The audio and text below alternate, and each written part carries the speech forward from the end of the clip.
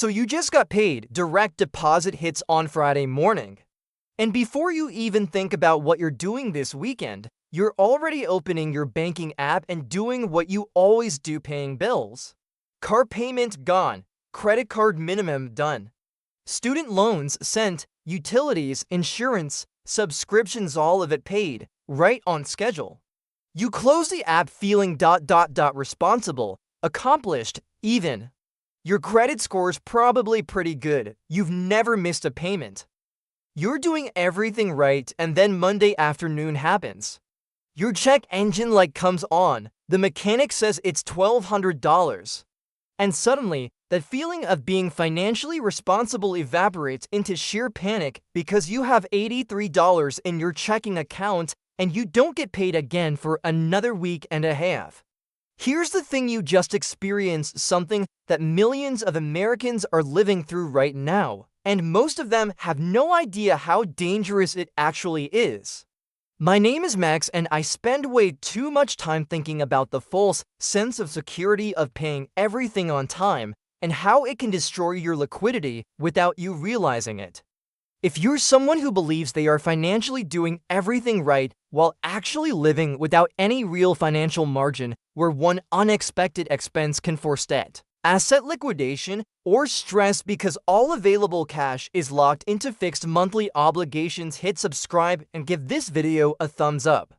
Now look, I know what you're thinking, Max. Paying your bills on time is literally the definition of being financially responsible. What are you even talking about? And you're not wrong. Paying your bills on time is absolutely something you should be doing. But here's what most people don't realize: paying your bills on time and being financially secure are not the same thing. They're not even close. Let me show you what I mean. According to a 2023 Federal Reserve report, 40% of Americans would struggle to cover an unexpected $400 expense without borrowing money or selling something. 40%. And here's the kicker: most of these people are paying all their bills on time. They have decent credit scores, they're not missing payments. On paper, they look financially healthy, but they're one car repair, one medical bill, one broken appliance away from a complete financial crisis. This is what I call being payment current, but liquidity broke.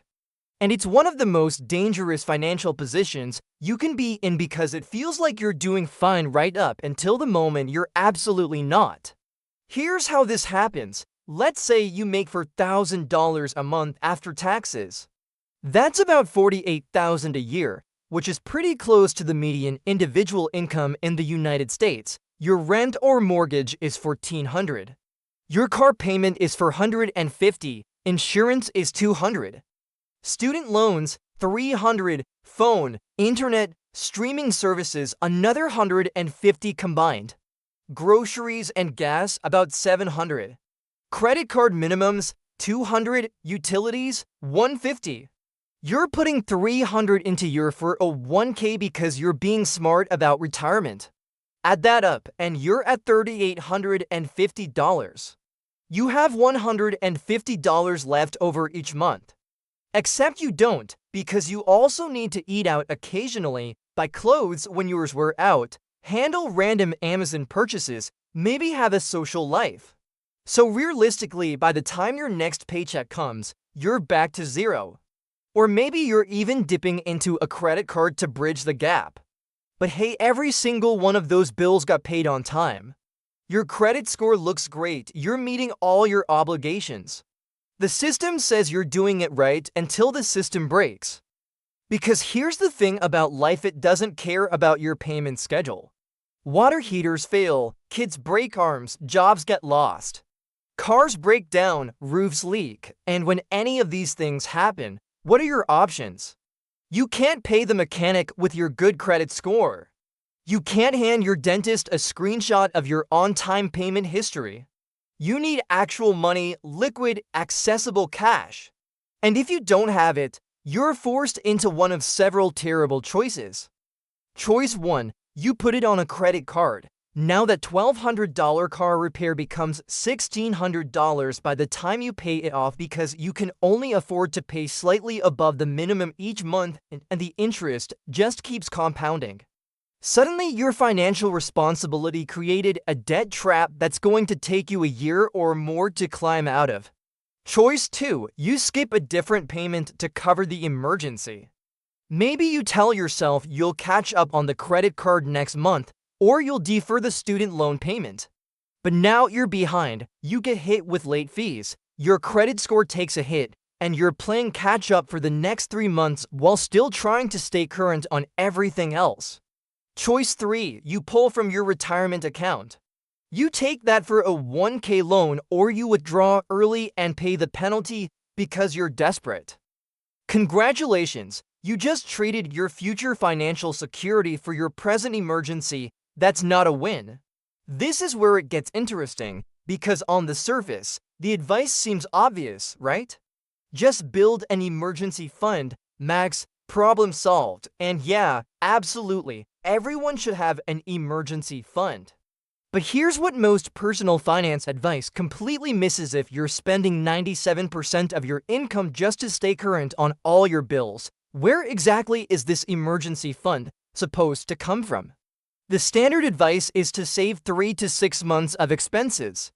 For our $4,000 a month person, that means they need $12,000 to $24,000 sitting in a savings account. But remember, they only have $150 of margin each month. At that rate, it would take them 6.5 years to save just $12,000, assuming nothing goes wrong in those 6.5 years. No emergencies, no car repairs, no medical issues, nothing. Do you see the trap now? You're stuck in this loop where you're too broke to save, but because you're too broke to save, you can't handle emergencies, which makes you more broke, which makes it harder to save. And the whole time, you're congratulating yourself for paying everything on time. Now, you might be thinking, okay, Max, so what's the alternative? Just don't pay my bills, tank my credit? No, obviously not. But here's the shift that needs to happen. You need to stop optimizing for on-time payments and start optimizing for liquidity. Let me explain the difference. When you optimize for on-time payments, you structure your life around meeting every obligation every month, and whatever's left over is yours to save or spend. The problem is there's usually nothing left over. When you optimize for liquidity, you flip the script. Your first priority becomes maintaining a cash buffer, and then you structure your obligations around what's left. Think about it like this. Imagine you have a boat, and every month, water comes in through various holes: bills, expenses, obligations. If you spend all your energy just bailing water fast enough to keep up with the holes, you're payment current. The boat isn't sinking right now, but the moment one new hole opens up, you're underwater, literally. But what if instead you plugged some of the holes, made them smaller? Made the boat more seaworthy so that even when a new hole appears, you have time to deal with it without panicking? That's liquidity. Here's how this looks in practice. Let's go back to our $4,000 a month person. Right now, they're completely tapped out. So the first question isn't how do I save more? It's how do I reduce my fixed monthly obligations so I have room to breathe? Maybe that for $100 and $50 car payment needs to go. But Max, I need a car. Yeah, you need transportation. You don't need a $40,000 SUV with heated seats. Sell it, buy a $12,000 used sedan that's reliable. Your payment drops from $450 to $0 because you paid cash.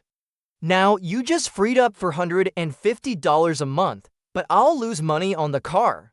Maybe, but you know what costs more? The stress of living with zero margin.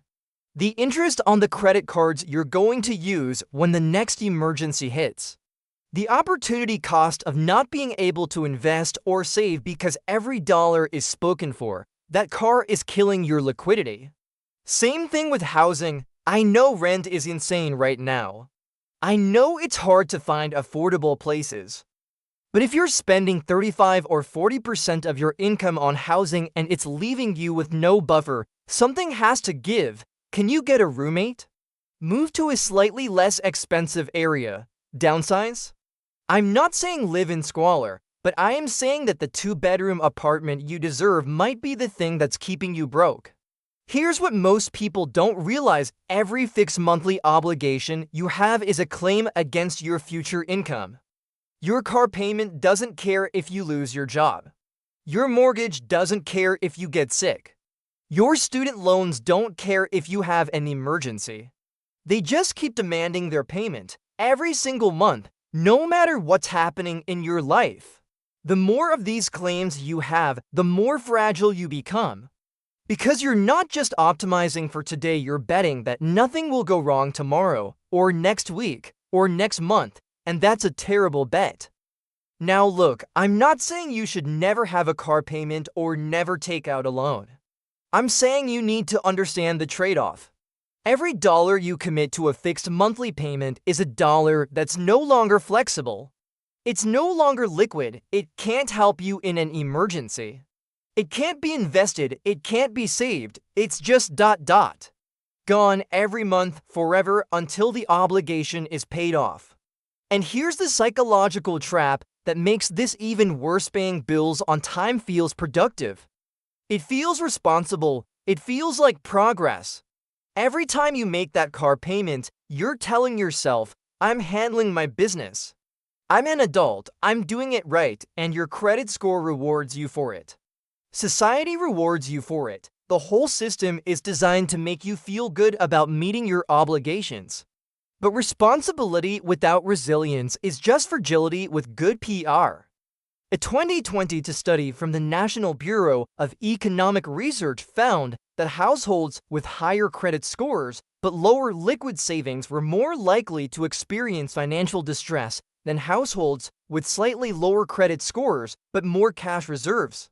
Think about that. Having money in the bank protected people more than having a perfect payment history. Because when something goes wrong, you can't pay for it with your credit score. This is why I get so frustrated with the financial advice that's just like, pay yourself first. Save 10%, build that emergency fund. Without acknowledging that for millions of people, there's nothing left to save after they pay all their bills on time. The advice isn't wrong, it's just incomplete. You can't save your way out of a liquidity crisis if you're spending yourself into one every single month. So here's what actually works. Step 1, calculate your true monthly margin. Not what you think you have left over, but what you actually have left over after every single fixed expense. If that number is less than 20% of your take-home income, you're in the danger zone. You're payment current but liquidity broke. Step 2, identify your fixed obligations and start attacking them. Not by paying them off faster, by reducing them. Refinance if you can. Downgrade if you need to. Eliminate if possible. The goal is to create space between your income and your obligations. Step 3, build a micro emergency fund first. Forget the 3 to 6 months advice for now. Your first goal is $1,000, just $1,000. That's enough to handle the majority of small emergencies without spiraling into debt. Once you have that, go for $3,000, then $5,000. Then work your way up to the full emergency fund. Step 4, only then do you start optimizing. Only then do you focus on paying off debt aggressively or maxing out retirement accounts or investing. Because here's the thing, all of that stuff is great, but none of it matters if you're one emergency away from a financial crisis. I know this isn't the sexy advice. I know you want me to tell you about the investment strategy that's going to make you rich, or the side hustle that's going to change your life, or the crypto play that's going to set you free. But you know what's actually going to change your life? Having $2,000 in your checking account when something goes wrong.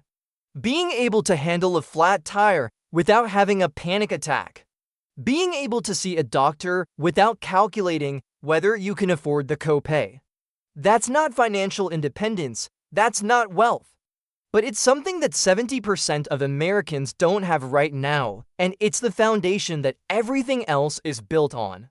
Here's what I want you to understand. The financial system designed to keep you payment current and liquidity broke because that's where they make their money. When you're tapped out every month, you can't pay off your credit cards in full, so they collect interest. You can't save for a down payment, so you keep renting.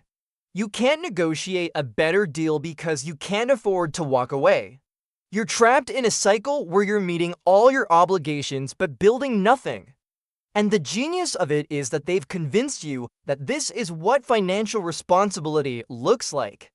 They've made you believe that making your minimum payments on time is success. That having no missed payments on your credit report means you're doing great. That optimizing for a high credit score is the goal. But it's not. The goal is resilience. The goal is having options. The goal is getting to a place where an unexpected expense is an inconvenience, not a catastrophe. So here's my challenge for you. Pull up your bank statements from the last 3 months. Add up every single fixed monthly payment you made. Every subscription, every loan, every bill that comes due no matter what. Then look at your income. What's the percentage? If it's over 75%, you're in danger. If it's over 85%, you're in crisis. You just don't know it yet. And then ask yourself this question: what can I change? Not what do I want to keep, but what can I actually afford to change? Because the uncomfortable truth is that most of the things you think you need, you don't. Most of the payments you think are non-negotiable are. Most of the lifestyle choices you think are essential are actually just expensive habits that are keeping you broke. I'm not saying it's going to be easy. Downgrading your life never feels good in the moment. Telling your friends you can't afford to go out, selling a car you like, moving to a cheaper place, none of that is fun. But you know what's less fun? Having a panic attack every time your check engine light comes on. Losing sleep over a dental bill. Using a credit card for groceries because you ran out of money 3 days before payday. The path to actual financial security starts with liquidity. It starts with margin. It starts with having enough space in your budget that life can happen without destroying you. And yeah, pay your bills on time, absolutely. Protect your credit. Stay current on your obligations, but don't mistake that for financial health. Don't let a perfect payment history blind you to the fact that you're living on the edge of disaster. Because at the end of the day, being financially fragile with great credit is still being financially fragile. And no amount of on-time payments is going to save you when the inevitable happens and you need cash right now. If this video helped you see your finances differently, do me a favor and share it with someone who needs to hear this. And if you want more content about the uncomfortable truths of personal finance that most people won't talk about, subscribe and hit the notification bell. Now go look at those bank statements, figure out where you really stand, and then start building the margin that's going to protect you when life happens, because it will, it always does.